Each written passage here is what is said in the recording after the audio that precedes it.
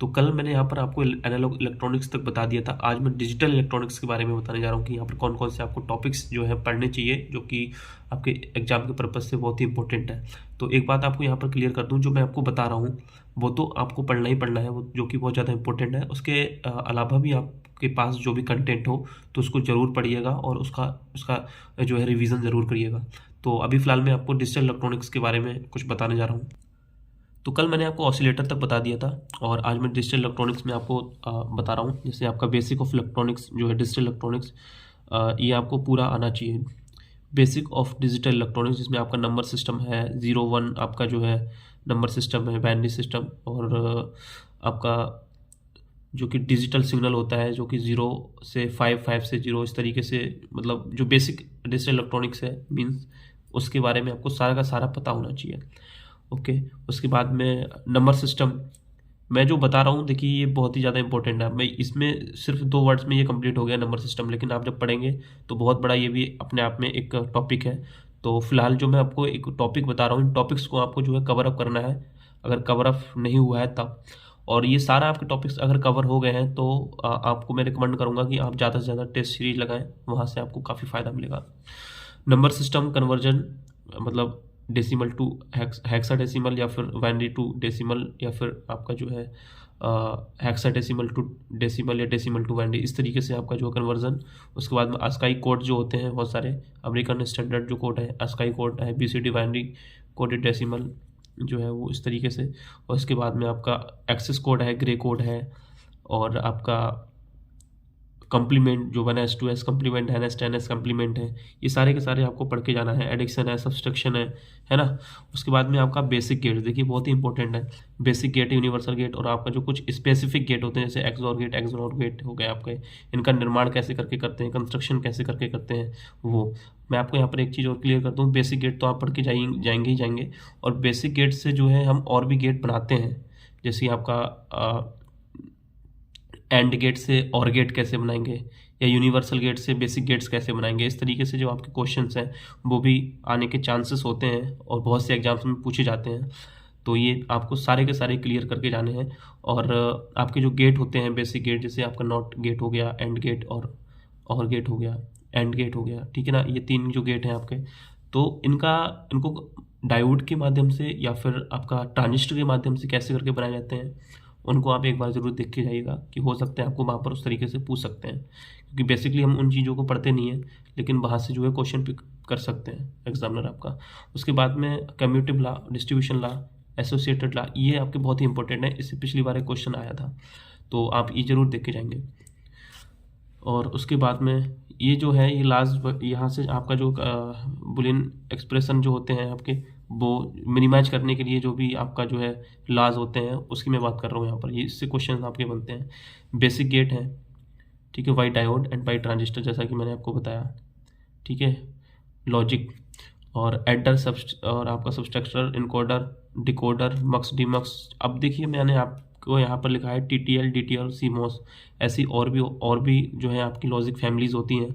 तो यहाँ पर आपको बहुत ही ज़्यादा इंपॉर्टेंट है ये लॉजिक फैमिली। यहाँ से आपको क्वेश्चन बनते हैं, जैसे फैन आउट वगैरह है, फैन आउट पूछ सकते हैं, नॉइस मार्जिन पूछ सकते हैं, आपका पावर डिसिपेशन पूछ सकते हैं आपसे, है ना, लोडिंग फैक्टर पूछ सकते हैं। तो ये सारे के सारे, या फिर आपसे पूछ सकते हैं कि इनमें टाइम डिले सबका कितना होता है, इनका कंपेरिजन पूछ सकते हैं। असेंडिंग ऑर्डर, डिसेंडिंग ऑर्डर में पूछ सकते हैं, पावर डिसिपेशन में, या फिर आपका टाइम डिले में, है ना, इसका असेंडिंग ऑर्डर या डिसेंडिंग ऑर्डर। तो ये सारी की सारी चीज़ें आपको पता होनी चाहिए, TTL, DTL, CMOS वगैरह के बारे में।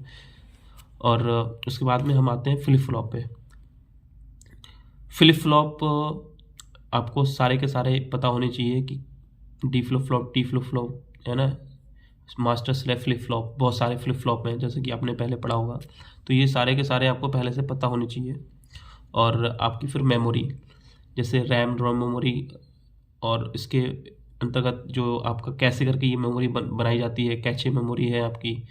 और आपकी कौन सी मेमोरी जो है वो फास्ट होती है, कौन सी स्लो होती है, और किसका स्पेस ज़्यादा होता है, मीन स्टैट। तो ये आपका जो है सारी की सारी चीज़ें पता होनी चाहिए।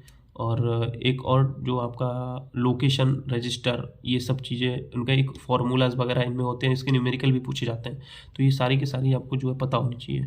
उसके बाद में मल्टी वाइब्रेटर, ये डिजिटल इलेक्ट्रॉनिक्स का पार्ट तो नहीं है, लेकिन मैंने यहाँ पर मेंशन किया है आपका मल्टी वाइब्रेटर आपका 555 IC आपको आनी चाहिए। 555 IC के पैरामीटर्स जितने भी हैं, मीन्स डेट जितने भी लीड्स हैं, जैसे कि आपका 2 नंबर ट्रिगर है, 3 नंबर आउटपुट है, 4 नंबर आपका रिसेट डिस्चार्ज थ्रेशोल्ड है ना, आउटपुट, ये सारे के सारे आपको जो है पता होने चाहिए। जैसे उसमें पूछ सकता है कि थ्रेशोल्ड वोल्टेज कितना होता है 555 में, या फिर आपका ट्रिगर कहाँ पे कौन सी पिन पे देते हैं। तो एक वीडियो है मैंने बनाई है, और आप उसको देखना चाहते हैं तो आप मेरे प्लेलिस्ट में जाएंगे, और उसमें मैंने आपको पूरा सब कुछ बताया है कैसे करके 555 काम करती है।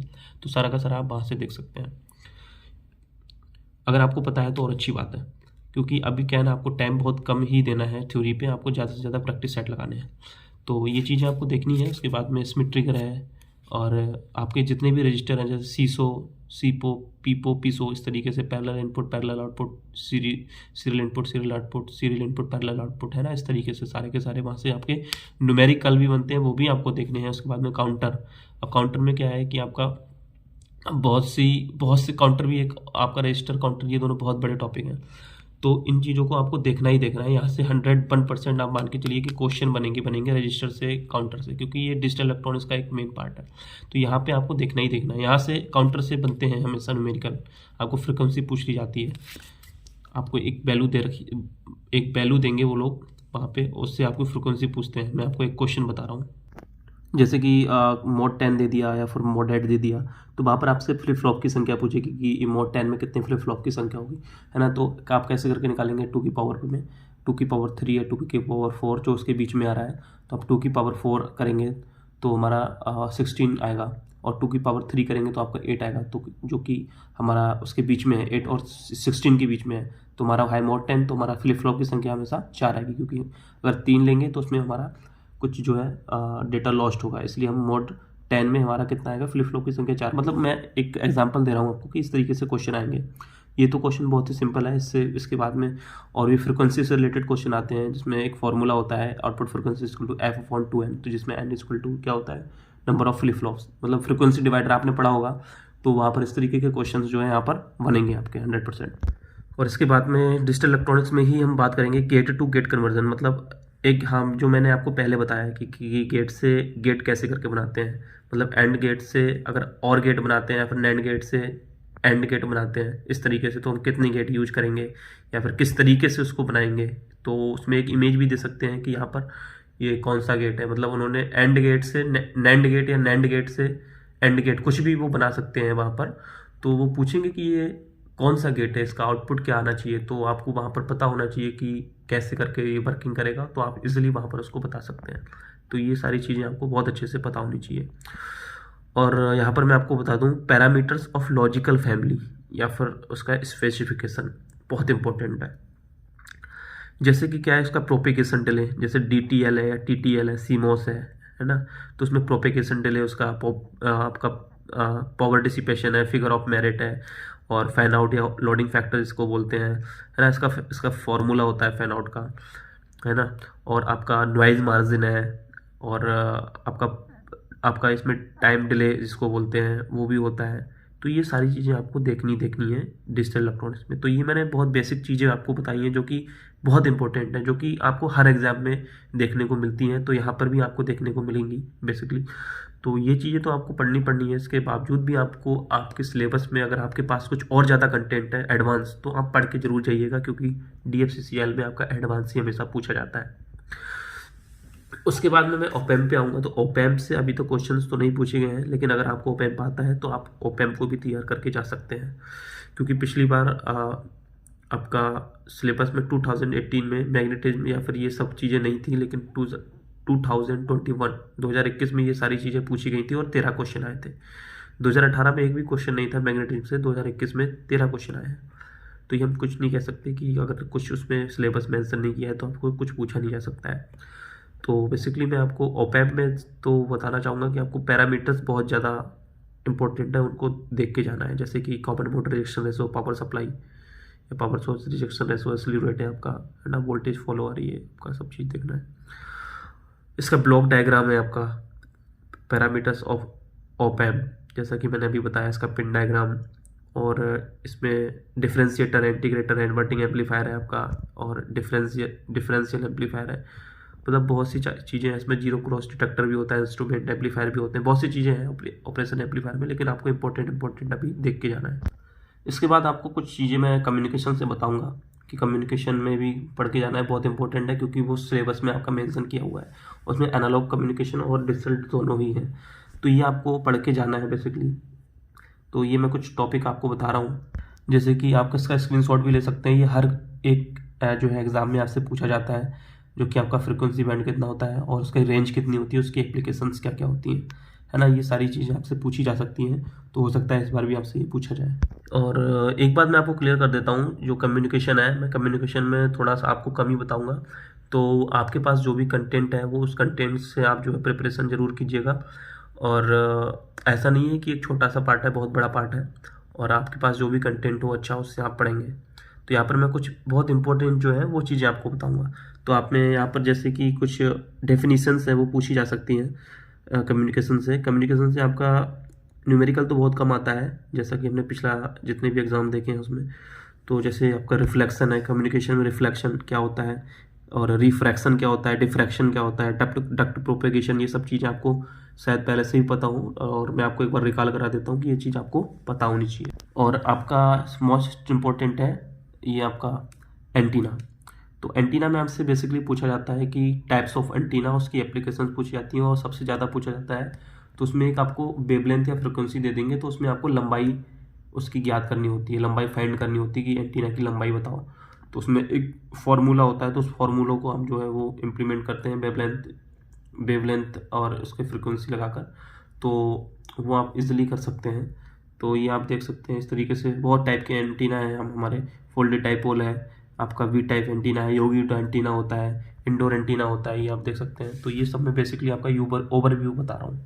तो ये कुछ फॉर्मूलेज हैं यहाँ पर, जिसकी कैलकुलेशन यहाँ पे दी गई है, पैरामीटर्स हैं कि कैसे करके इसकी लंबाई निकालते हैं। तो आप देख सकते हैं यहाँ पर इस तरीके से कुछ एंटीनाज जो कि टाइप्स ऑफ एंटीनाज हैं, तो कैसे करके उसकी लंबाई वगैरह निकालते हैं, तो ये सब आप देख लीजिएगा एक बार। मोस्ट इम्पॉर्टेंट पार्ट है ये आपका कम्युनिकेशन का मॉड्यूलेशन एंड डिटेक्शन, जो कि आपको बहुत अच्छे से पता होना चाहिए। तो ये आप देख सकते हैं, ये सारा का सारा जो है वो पूछा जा सकता है। ये आपका ब्लॉक डायग्राम है, एक बहुत छोटा ब्लॉक डायग्राम है आपका कम्युनिकेशन का, कैसे करके मॉड्यूलेशन होता है, कैसे करके डिमॉड्यूलेशन होता है। तो ये सारी चीज़ें आपको आनी चाहिए। तो बेसिकली मैं आपको यहाँ पर ओवरव्यू बता रहा हूँ कि ये चीज़ आपको पढ़ना बहुत ज़रूरी है। मीन्स ये नहीं है कि मैं मतलब जो आपको यही पढ़ेंगे आप, इससे एडवांस चीज़ें आप पढ़ के जाएंगे, तभी आपका जो है अच्छे मार्क्स आपके बन पाएंगे। तो ये बेसिकली मैं आपको बता रहा हूँ कि ये क्या क्या चीज़ आपको पढ़ के जाना चाहिए, जो कि न्यू कैंडिडेट है उनके लिए, जो पहले से पढ़ाई कर रहे हैं। तो उम्मीद करता हूँ उनको सारी चीज़ें ये पता होंगी पहले से। अब मोस्ट इंपॉर्टेंट एक देखिए आपको यहाँ पर डिफरेंस आ रहा है, फ्रिक्वेंसी मॉड्यूलेशन और एम्पलीट्यूड मॉड्यूलेशन। बहुत ज़्यादा क्वेश्चन बनता है यहाँ से, तो अगर आपको नहीं पता है तो एक बार इसको जरूर देख के जाइएगा। ये आपका एक ब्लॉक डायग्राम है एम ट्रांसमीटर का, यहाँ से भी क्वेश्चंस पूछे जाते हैं। ये आपका एफएम का है, तो यहाँ से भी क्वेश्चन पूछे जाते हैं। सबसे पहले मैं आपको बता दूँ, इन सारी चीज़ों की ना आपको वर्किंग पता होनी चाहिए कि कैसे करके ये काम करता है। अगर आपको वर्किंग पता है तो कहीं से भी क्वेश्चंस एग्जामिनर दे आप फटाक से कर देंगे वहाँ से, है ना। कुछ आपका डिजिटल इलेक्ट्रॉनिक्स का पार्ट होता है, पल्स मॉड्यूलेशन है आपका, पल्स एम्पलीट्यूड मॉड्यूलेशन, तो आपका कुछ एनालॉग से है, और कुछ आपका डिजिटल से जो है पूछा जाएगा, अच्छा पूछा जाएगा डिजिटल से भी। जैसे आपका फ्रिक्वेंसी शिफ्ट कीइंग है, एम्पलीट्यूड शिफ्ट कीइंग है, फेज शिफ्ट कीइंग है, डेल्टा मॉड्यूलेशन है, ये सारी चीज़ें आपसे डिजिटल इलेक्ट्रॉनिक्स के अंडर में पूछी जा सकती हैं। तो बहुत इंपॉर्टेंट है ये सारी चीज़ें आपको जो है देख के जाना है। उम्मीद करता हूँ आपको ये सारी चीज़ें पहले से पता होंगी। और अगर नहीं पता है तो थ्योरी या अगर आप अभी पढ़ेंगे तो कोई फ़ायदा नहीं है, थ्योरी पढ़ने से कोई बेनिफिट आपको नहीं मिलेगा, आप कंफ्यूज होंगे अगर नए कैंडिडेट हैं। तो मैं आपको रिकमेंड करूँगा ज़्यादा से ज़्यादा प्रैक्टिस सेट लगाइएगा, टेस्ट सीरीज लगाइएगा, वहाँ पर आपको थोड़ा सा एक ब्रीफली एक डिस्क्रिप्शन दिया होगा, तो उसको पढ़िएगा। अगर आपको पहले से आपने पढ़ा है तो आपको ईजिली समझ में भी आ जाएगा। ये फार्मूला मोस्ट इंपॉर्टेंट है, ये आपका जो फार्मूला है बहुत इंपॉर्टेंट है, इसको एक बार देख के जाइएगा। पावर निकालने का फार्मूला है ये, देखिए नीड ऑफ डिटेक्शन की हमें ज़रूरत क्यों पड़ी, सारी चीज़ें जो है ना आपको पता होनी चाहिए पहले। ये आपका रेडियो रिसीवर एंड ट्रांसमीटर आ गया, तो इसमें भी बहुत इम्पोर्टेंट चीज़ें हैं जो मैं आपको बता रहा हूँ। तो टाइप्स ऑफ आपके रिसीवर्स हैं, है ना, टाइप्स ऑफ रिसीवर है। इसमें आपका इम्पोर्टेंट आता है हाइड्रोडाइन रिसीवर, यहाँ से आपके न्यूमेरिकल आते हैं। उसमें 2 टाइप की आपकी फ्रिक्वेंसी देते हैं, तो उसमें आपको उसका डिफरेंस निकाल के अभी मेरे को एक क्वेश्चन याद नहीं आ रहा है सही से, जो कि एग्जाम में पूछा जाता है, लेकिन वो सुपर हाइड्रोडाइन से। तो आप सुपर हाइड्रोडाइन एक बार टॉपिक पढ़ के जाएंगे तो वहाँ से आपको पता लग जाएगा कि यहाँ से न्यूमेरिकल कौन कौन से बन सकते हैं और यहाँ से थ्योरी में कौन कौन से सवाल पूछे जा सकते हैं। तो इसको देखिएगा, मैं यही बताना भी चाह रहा था आपसे। तो ये वाला आप थोड़ा सा वीडियो पॉज करके देख सकते हैं। यहाँ पर इस टाइप का आपका न्यूमेरिकल पूछा जाता है और पूछा ही जाता है किसी भी एग्जाम में। अभी मैं रिसेंट में इसरो का एग्जाम दिया था, ये वाला क्वेश्चन वहाँ पर पूछा गया था। और एक चीज़ आपको बता दूँ, देखिए आपके यहाँ पर कुछ पैरामीटर्स हैं, जैसे सिलेक्टिविटी, आपका सेंसिटिविटी, आपका फिडेलिटी, है ना, सिग्नल एंड नॉइस रेशो बहुत इंपॉर्टेंट है। SNR जिसे बोलते हैं, सिग्नल टू नॉइस रेशो, बहुत इंपॉर्टेंट है, ये यहाँ से पूछे जाते हैं क्वेश्चन। उसके बाद में एक पैरामीटर आपका आता है स्टेबिलिटी, है ना। तो ये चीज़ें आपको बहुत अच्छे से पता होनी चाहिए, बहुत अच्छे से। एक और मोस्ट इम्पोर्टेंट, जो कि शायद आपने पढ़ा हो या ना पढ़ा हो पहले से, यहाँ से एक क्वेश्चन पिछली बार आया था डिजिटल एंड सैटेलाइट कम्युनिकेशन से। यहाँ से आपका सैटेलाइट कम्युनिकेशन से क्वेश्चन बना था। तो ये तो आपका डिजिटल कम्युनिकेशन का पार्ट है, जैसे पल्ट कोड मॉड्यूलेशन हो गया, पल्ट डिजिटल मॉड्यूलेशन हो गया आपका, है ना, फेज मॉड्यूलेशन हो गया। तो ये सारा तो आपका डिजिटल कम्युनिकेशन से है। मैं आपको एक क्वेश्चन, एक टॉपिक दिखा रहा हूँ जो कि आपको आपका सैटेलाइट कम्युनिकेशन से, उसका पिछली बार एक क्वेश्चन आया है। आपका एक क्वेश्चन आया था, देखिए ये ट्रांसपॉन्डर लिखा हुआ है, ट्रांसपॉन्डर और फुटप्रिंट एरिया। अगर आपको यहाँ पर सही से दिख रहा होगा तो आप इसका स्क्रीनशॉट भी ले सकते हैं। आपका बहुत इंपॉर्टेंट है ये, बहुत ज़्यादा इंपॉर्टेंट है, आपको पूरा पढ़ के जाना है। ये पिछली बार इसका क्वेश्चन से यहाँ से बना था। अगर आप स्क्रीनशॉट ले पाएंगे तो आप स्क्रीनशॉट एक बार ले लेना। देखिएगा सारा का सारा आप यहाँ पर देख सकते हैं। ये अपलिंक डाउनलिंक, इससे भी क्वेश्चन पूछे जाते हैं। ये इससे क्वेश्चन पूछा जाता है कि अपलिंक की फ्रिक्वेंसी ज़्यादा होती है डाउनलिंक की। तो आप यहाँ पर देख सकते हैं अपलिंक का सिग्नल जो है वो 5.9 आपका गीगाहर्ट्ज़ से 6.4 गीगाहर्ट्ज़ से जा रहा है, और डाउनलिंक में आपका 3.7 से 4.2 गीगाहर्ट्ज़ में आ रहा है। तो बेसिकली आपको यहाँ पर जो है ये सारी चीज़ें याद रखनी है। यहाँ पर ये क्वेश्चन बनता है अपलिंक फ्रिक्वेंसी डाउनलिंक फ्रिक्वेंसी में कौन सी फ्रिक्वेंसी ज़्यादा होती है। तो आप ये देखेंगे कौन सी फ्रिक्वेंसी ज़्यादा होती है और नोट डाउन कर लीजिएगा। और एक चीज़ और, ये बहुत इंपॉर्टेंट है, uplink frequency band, downlink frequency band, जो कि आपकी अलग अलग साइट में यूज करी जाती हैं, कॉमर्शियल में, मिलिट्री में, है ना, ये सारी चीज़ें हैं। तो इसका बैंड नेम CXKU KA ये आपको पूछा जाता है। सैटेलाइट रिसीवर है ये, आप इसका देख सकते हैं थोड़ा सही से वीडियो पॉज करके। ट्रांसड्यूसर से क्वेश्चन आया है पिछली बार 2018 में, तो एक बार ट्रांसड्यूसर को भी आप देख सकते हैं। बहुत इंपॉर्टेंट, बहुत इजी है, बहुत इजी है ये क्वेश्चन पूछा जाता है कि ट्रांसड्यूसर, एक्टिव ट्रांसड्यूसर और पैसिव ट्रांसड्यूसर, है ना, यहाँ से क्वेश्चन पूछे जा सकते हैं। ये देख सकते हैं आप। ये मैंने आपको थर्मोकपल के बारे में बताया था, मतलब टॉपिक बताया था कि आपसे यहाँ से क्वेश्चन पूछा जा सकता है, जो कि आपको बताया था मेजरमेंट में। तो यहाँ पे आप देख सकते हैं थर्मोकपल, ये आपका ट्रांसड्यूसर में भी है। और एक क्वेश्चन आपका हमेशा DMRC में तो हमेशा आता है LVDT से, लीनियर वेरिएबल डिफरेंशियल ट्रांसफॉर्मर। इसको आप एक बार देख लीजिएगा, बहुत ही इंपॉर्टेंट टॉपिक है ये भी।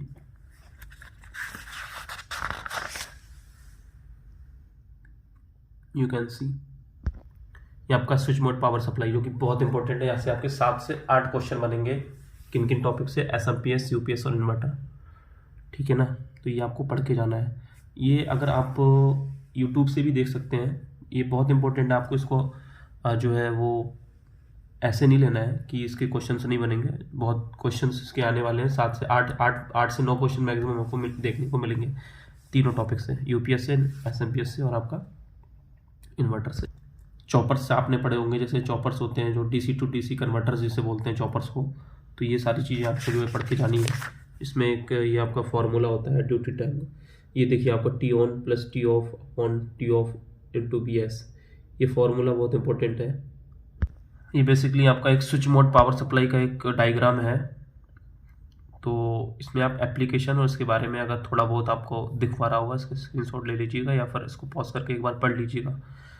और आपने पढ़ लिया है तो बहुत अच्छी बात है, और इससे अच्छा कंटेंट आपके पास है तो बहुत अच्छी बात है। यहाँ पर आपकी स्पेसिफिकेशन, इसकी विशेषताएं सारी पूछी जाती हैं, हमेशा पूछी जाती हैं, है ना। देखिए उसके बाद में आपका UPS है, अनइंटरप्टेड पावर सप्लाई। यहाँ से क्वेश्चंस आने 100% आएंगे आपके। इन्वर्टर से, है ना, ये सारे आपके क्वेश्चंस यहाँ से बनने वाले हैं। तो ऐसे तो मैं आपको पढ़ा नहीं रहा हूँ, मैं आपको बता रहा हूँ कि यहाँ से क्वेश्चंस आपके बनेंगे। इसका आप स्क्रीनशॉट ले सकते हैं, ये यहाँ से क्वेश्चंस बन सकता है आपका। बहुत इंपॉर्टेंट है UPS और इन्वर्टर्स में क्या अंतर है, बहुत इंपॉर्टेंट है। और टाइप ऑफ UPS जैसे लाइन एक्टिव है आपका, है ना, और एक ऑनलाइन होता है, एक ऑफलाइन होता है। तो ये सारी चीज़ें आपको पहले पता होनी चाहिए, जैसे कि ये ऑफलाइन और ऑनलाइन, है ना। तो ये सारी चीज़ें आपको बहुत अच्छे से पढ़ के जानी है। ये एक अच्छा टॉपिक है UPS का, ये सारी चीज़ें देख सकते हैं आप। ये क्वेश्चंस भी थोड़ा सा पढ़ लेंगे तो और अच्छा रहेगा। ये कुछ LEDs की जो आपके बैरियर वोल्टेज वगैरह है और इसमें सेमीकंडक्टर्स यूज किए जाते हैं, उनका मैंने आपको एक डिटेल्ड एक आपको जो है वो साड़ी दिखाई है, तो आप इसको भी एक बार देख लीजिएगा। फिलहाल मैंने आपको यहाँ पर मैक्सिमम चीज़ें बताई हैं। होप आपको कुछ चीज़ें समझ में आएंगी, आपकी हेल्प होगी। तो ये मत सोचिएगा आपकी मैंने जो बताया है यहीं से क्वेश्चंस आपके बनेंगे या बनेंगे। मैंने आपको ओवरव्यू बताया है कि आपको जो है इन टॉपिक्स को पढ़ना ही पढ़ना है, जो यहाँ से क्वेश्चन हमेशा बन के आते हैं और आए हैं। जैसा कि आपको पता है कि मैं भी DFCCL में junior executive signal and telecommunication department से हूँ, और मैंने इसका एग्ज़ाम 2021 में जो है क्रैक किया है। मेरा ऑल इंडिया 45 रैंक था, तो थोड़ा सा अनुभव मुझे है, तो जो कि आपके साथ मैंने शेयर किया है। तो अभी क्या है कि थोड़ा सा कम ही मेरे को टाइम मिल पाता है, और इसकी वजह से मैं वीडियोस नहीं बना पाता हूँ ज़्यादा। तो फिलहाल अच्छे से पढ़ाई आप कीजिएगा, और उम्मीद करेंगे कि आपका अच्छा एग्ज़ाम होगा सभी का। और ज़्यादा से ज़्यादा आप अभी टेस्ट सीरीज या फिर आपके पास जो भी प्रैक्टिस सेट्स हों उनको लगाइएगा। थ्योरी पे थोड़ा सा कम ध्यान दीजिएगा, उन चीज़ों पे थ्योरी में थोड़ा ध्यान दीजिएगा जो आपको आती है लेकिन अभी आप भूल रहे हैं और जो इम्पोर्टेंट है। तो ये थोड़ा सा आप एडवांस यहाँ पर अपना एक शेड्यूल रखेंगे तो और अच्छा आपका जो है फ़ायदेमंद रहेगा। तो इन चीज़ों को थोड़ा सा ध्यान दीजिएगा और अच्छे से तैयारी कीजिएगा, और नर्वसनेस बिल्कुल नहीं होना है, घबराना बिल्कुल नहीं है, अच्छे से एग्ज़ाम देना है। कोई टेंशन वेंशन कुछ लेना नहीं है, क्योंकि काफ़ी लोग जो है जब एग्ज़ाम करीब आ जाता है तो बहुत सा जो है नर्वस हो जाते हैं, घबरा जाते हैं बहुत ज़्यादा। तो घबराने की बिल्कुल आवश्यकता नहीं है। और मैं फिर से आपको एक बार रिकॉल करा रहा हूँ कि नॉन टेक्निकल में आप जो है आपका अच्छा परफॉर्मेंस होना चाहिए। आपका एटलीस्ट 60 में से एटलीस्ट आपका 55 to 50 क्वेश्चन जो है आपके बनने चाहिए, और टेक्निकल में भी आपके 35 एटलीस्ट क्वेश्चन आपके जो है बनने चाहिए। तब आप मानेंगे कि आपका सिलेक्शन श्योर है। Thank you very much for that.